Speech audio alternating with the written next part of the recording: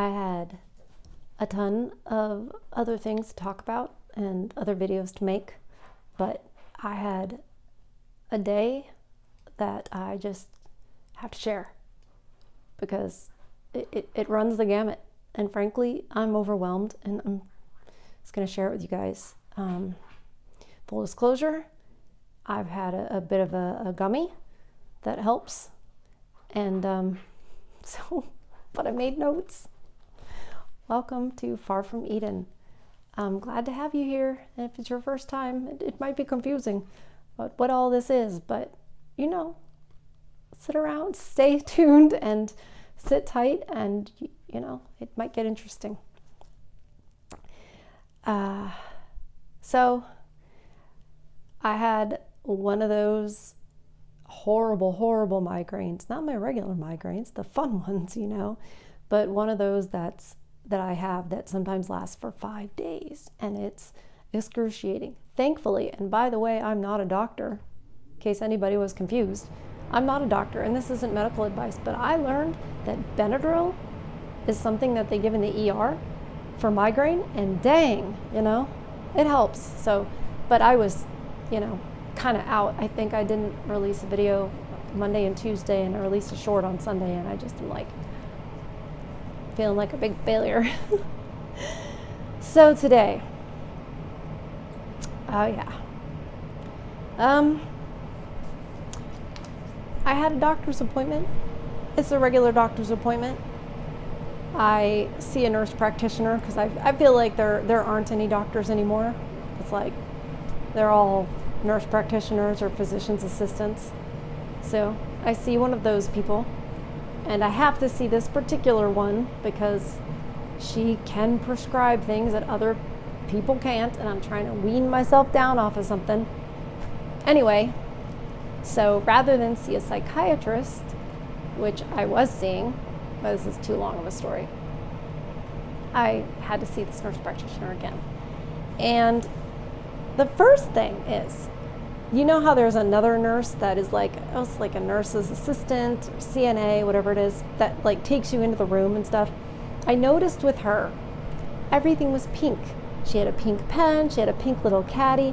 She was so sweet, so nurturing, so loving. She was probably around, early 20s, and all I could think was, oh my gosh, you should be at home with babies. Now, feminists, hold on. I am not telling women what they should do. I am not saying we need a law that tells women what they should do, and I'm not going there and shaming her, right? I'm looking at her and I'm thinking to myself, what a sweet human being. What a sweet, feminine, loving, nurturing human being. Wouldn't it be wonderful? And don't I think she would be happier if she had a family and children and those sorts of things? I think so. Now, I could be wrong. There's no need to get angry, but I don't think I'm wrong. I think this is exactly why women are the way they are, and exactly why they gravitate towards jobs like nursing and teaching and stuff like that, because it's what they should be doing in their families. So it's the first thing I noticed about this particular young lady. Very sweet, very everything. Just you could tell she was just so kind and gentle and all the things, And I just wish she could be at home with her own babies and her own family. So then I couldn't even tell you. I didn't even remember what my nurse practitioner looked like because I try to not have to see these people ever if I don't have to. I don't want to go and see doctors. I just think that they know how to manage disease. I don't think they know very much about health at all. But anyway, you got to see them, right? That's our system. If you need a medicine or what have you, got to see them. So she walked in, and in my brain I was like, is this a different person? She walked in and she was wearing a skirt that went like to mid-calf, right? Like what you would imagine, or maybe it was longer. No, it was about mid-calf, so not quite what you would see like a Mennonite wearing. A lot of times you'll see them wearing like a long jean skirt. I think this was like maybe a tad shorter, and it was bright red. And then she had a long sleeve, and I would call it a blouse. I don't know where she got this aside from like 1971. or 1951. I mean, it was like a lovely white with faint flowers, cotton blouse, had a little collar, right? With a little ruffle. I mean, it was straight out of like Little House on the Prairie with the blouse. And obviously like buttoned down, very conservative, not form-fitting, you know. And her hair was, you know, mid-length basically, and she was wearing it half up. Minimal makeup, I would say. And I was just like, I know I would have noticed if she had been dressed that conservatively when I'd met her before. If anything had seemed that way, I definitely would have noticed. So I thought to myself, I wanted to ask so badly, but even though she was dressed like that, she still had that sort of, you know, masculine type energy where you just didn't feel like you can go to her. Look at the naughty dog over there. Hey, hey, hey, hey, hey, stop. You're trying to get attention. Sorry, I can't have her digging on that pillow. Very naughty. Very, very naughty. Anyway, she makes me smile. Good thing she doesn't know. She doesn't know I could see her too. Anyway, so I just needed to talk to this woman about helping me taper the rest of the way off of this medicine. It's difficult to taper off this medicine. Sometimes people get hospitalized to taper off this medicine. I'm taking it very slowly. The withdrawal symptoms are a little scary, but I'm almost there, right? And I was explaining, you know, I'm still withdrawing. And she's kind of like, well, how long have you been withdrawing? Or how long have you been, you know, tapering? And I said, a year, you know, pretty much, maybe a little over a year. And, you know, the face, because they always think you're a drug seeker anyway, and I am not. So she starts freaking out, panicking, because I said, you know, I'm stepping down slowly. And I'm on the lowest dose that they make, right? That pharmaceutical companies make. And she's like, well, if you've been on this and you've been on this since October, which isn't accurate, but anyway, you've been on this since October, then, you know, we should just be. And I said, what, just stop? She's like, I was like, no, actually, no. You know, the withdrawal symptoms are quite something, and it might be the lowest dose that pharmaceutical companies make, but if you need a step down a little smaller than that, you go to a compounding pharmacy and they make it. In fact, in between other doses, when I was being seen by the psych practitioner, we did that. And then she's still listening to me. But then she's like, well, if we're going to have to go that route, and, you know, it looks like it's going to take you 18 months, blah, blah, blah, then we need to get a psych in here. So I was like, it's okay. What I'd been talking about with the provider before was, you know, I would skip a day and then go several days, skip a day, whatever. So I'm explaining that to her. And she's finally like calming the heck down because there's a plan. But like, seriously. And I get it. They're like afraid of losing their license and all the rest of it. But she just started panicking. Got to get psych in here. And I'm like, yeah, I'd love to have a psychiatric somebody handle this. And clearly I went that route before, but that practice went out of business. And now those psych people aren't going to take my insurance. They don't want to take insurance. That's fine, whatever. But like, my whole point was, we had the like wholesome traditional look, right? But here we are in a profession, clearly not being a wife somewhere, clearly not being a mom somewhere, and we're dressed all traditionally. I'm not judging her and telling her what she should do. I'm just saying, this to me is a sign that women are confused. And they're doing part of it and then not doing the rest of it. And, you know, I'm just looking at her with her sort of more traditional and modest clothing, and then looking at her trying to be a nurse practitioner, but then panicking about a certain medicine and just really not being a professional, you know, medical provider in the way that she was dealing with the situation. So I thought, wow, okay, well, that's something. So anyway, I got done what I needed to get done, and that was fine. And it's always, a big ordeal to like, oh, okay, I gotta go to the doctor now. I gotta drive into the bigger city and do all that. And then my plan was to go to the barn afterwards because I am an equestrian. And I'm pretty much mostly retired, but I kind of keep myself going with helping out with some coaching and instruction of the kids on how to ride. So I went to the barn, and there were a few kids that I particularly needed to see because I'd be working with them in the future and stuff. But in between, there were some other kids, particularly some younger ones. And let me tell you, boy, these girls are brats. They are brats. There was not a little girl there that was not argumentative. And I mean, one of them was argumentative over everything. Actually, the other one was too, and she was littler. And it was over dumb stuff. Like, do you remember when we did this? And it's something that, of course, she remembered. No, just to be disagreeable on everything. It's like it was cute and funny. That was the first one that I saw being just overwhelmingly disagreeable. And then there was a group, a small lesson with two people. And I think I would have thought that one was bratty, but the other one made the first one look like an angel. The other one in the group. I'm telling you, this little girl, she was probably 7 years old. It was the horse's fault. It was, arguing with the instructor. It was complaining. Everything was complaining. Everything was backtalk. Everything was attitude. And I was just watching it like, yeah, this is these women in training, and this is worse.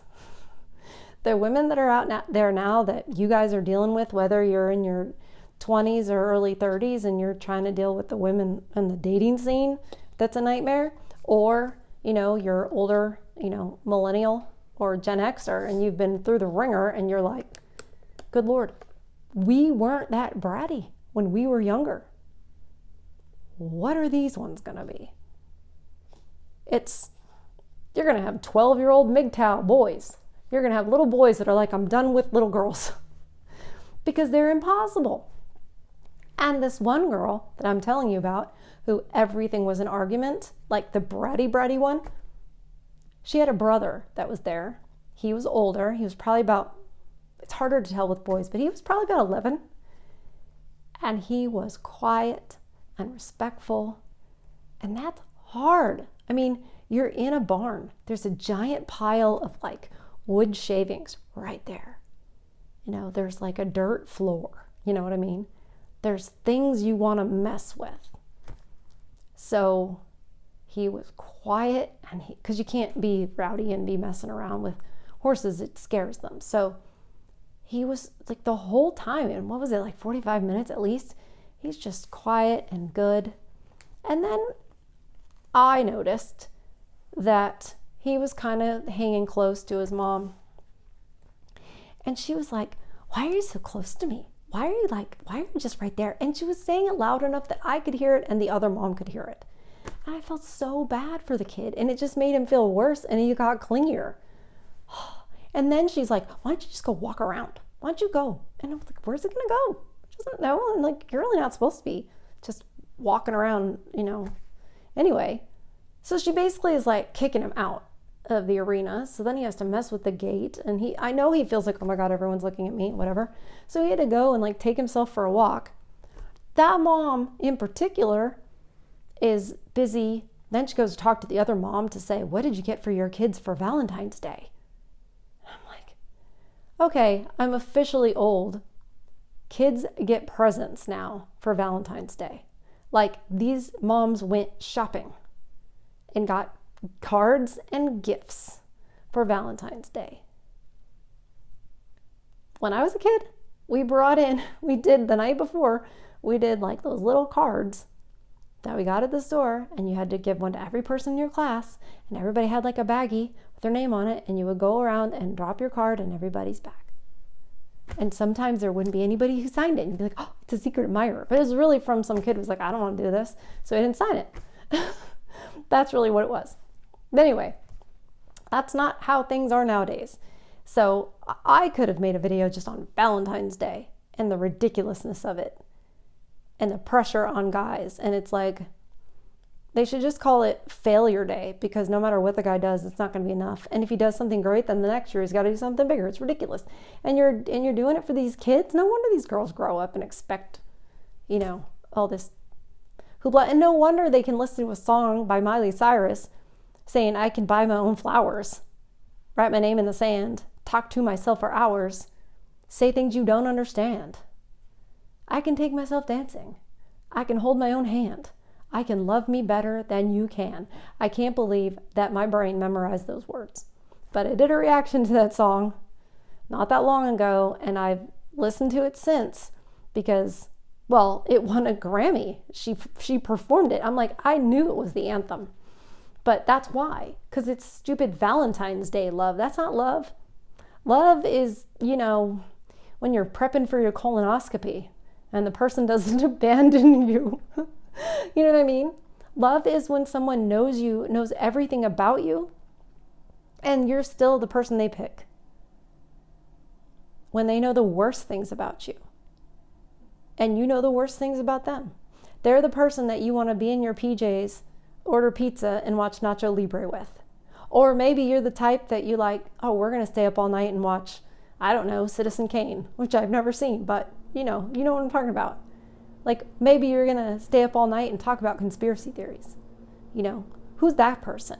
Who's the person you want to have slumber parties with the rest of your life? Who's the person that is going to be there with you by your side at the hospital when you have bad breath and, you're on steroids and you're out of your mind and whatever, and they're like, I'm your person. It's not like you don't choose your mate based on, how they made you feel when you went on your first vacation with them to the Dominican Republic. That's not a snapshot of what your life is going to be like. That's not how life is. But anyway, all this Valentine's Day, kind of fairy tale world and the brattiness. And afterwards I said, oh my God, I said to the instructor, and she's young. She's like, oh yeah, she's sassy. And I was like, people need to stop shrugging it off and calling these little girls sassy, because it's not cute. And all they're doing, okay, I try not to cuss very much, but this needs it. This sassiness and that kind of thing, and thinking it's cute, these are bitches in training. That's what this is. Because the sassiness turns into bitchiness when they're not 6 years old anymore and it's cute. Anyway, I don't know if that exactly fell on deaf ears or what, and I don't really care at this point because I'd had enough. And then I was just about to leave. I was very tired. I was afraid that headache would come back because I woke up this morning and it was gone. Thank God.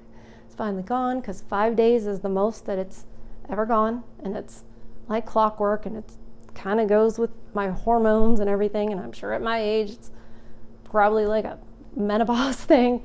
Not to be TMI, but sometimes we go TMI on this channel. Keeping it real, isn't that what the young folks say? But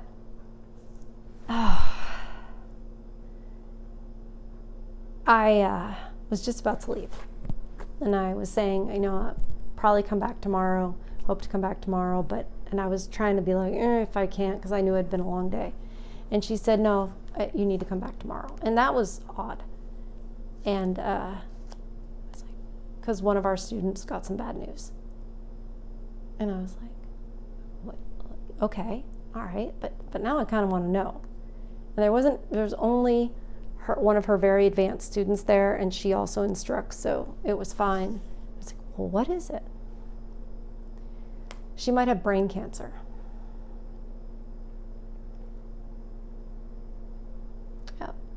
Yeah, she turns 13 tomorrow,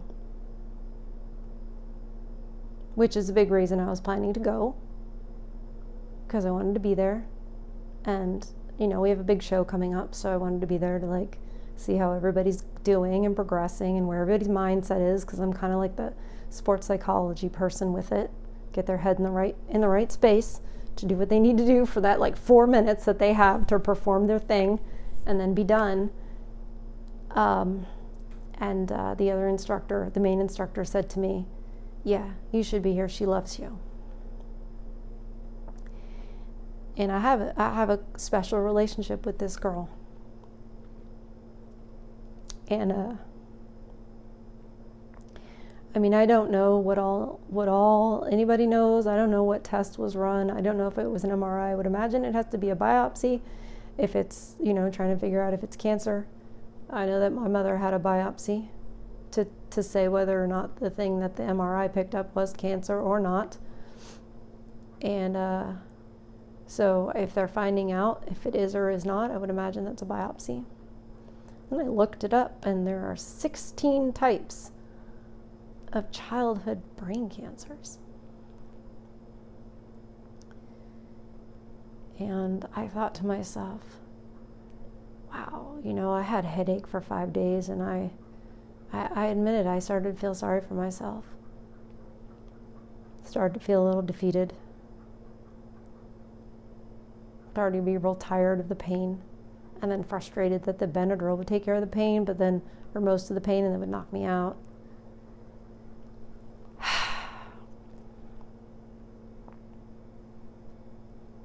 And I knew I needed to check back in with you guys.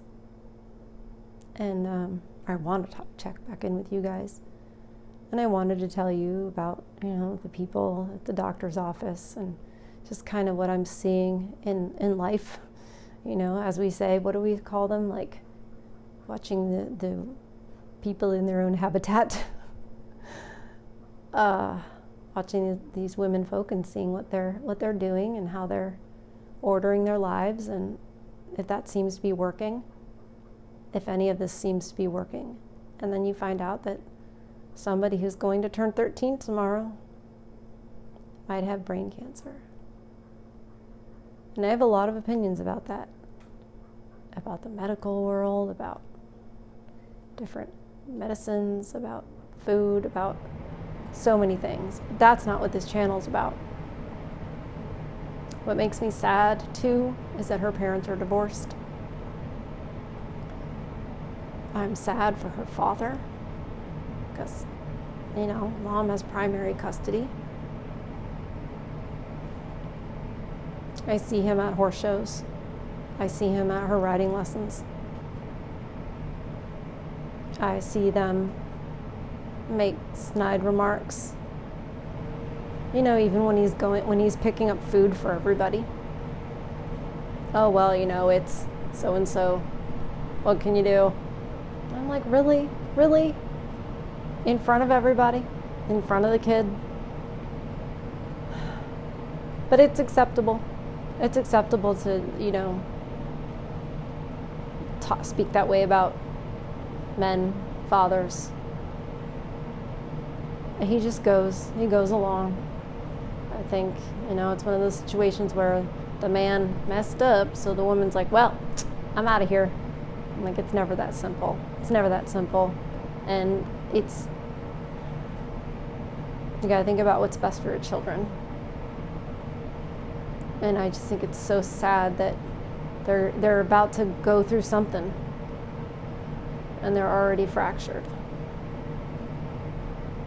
That makes it worse. So I've already cried my eyeballs out. I didn't fix any makeup or anything like that. I was like, it is what it is. I want to come on and talk to you guys and let you know I'm still alive and still fighting. Just give you an update and talk about the woman folk in the wild. think, you know, and I mean, of course, it makes me think of my brothers. And it makes me think of what my parents went through losing them and how much harder it would have been had they lived to be, 13.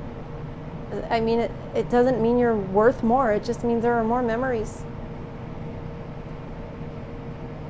So my heart is with them right now. And it's so difficult to really think of anything else. I have so much.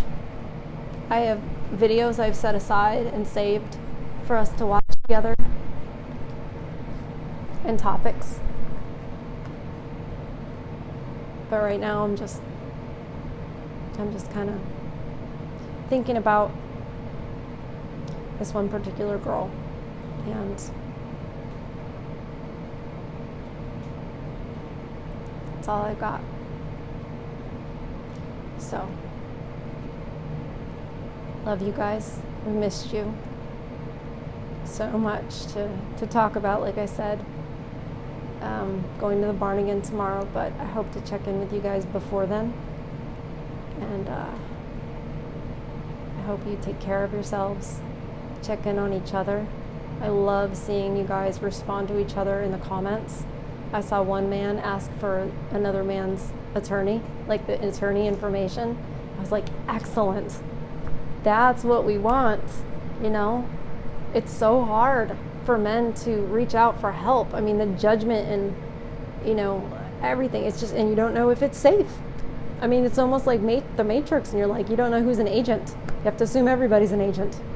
But I love it when you guys can talk to one another and see each other's stories. And I know there's other places. I know there's forums and stuff, but it makes me really happy that there's a place for that here. And I always want to listen to what you guys want to know, what you guys are curious about. If you want a woman's point of view on something, or if you want a certain reaction to something, like back with the Cheesecake Factory chick, like I was asked to give my take on that, so I did. So let me know in the comments if there's anything in particular you're really looking to understand, and maybe we can work on that. So thank you guys for being here, and again, take care of yourselves and check in on each other, and I'll see you on the next one. All right, bye.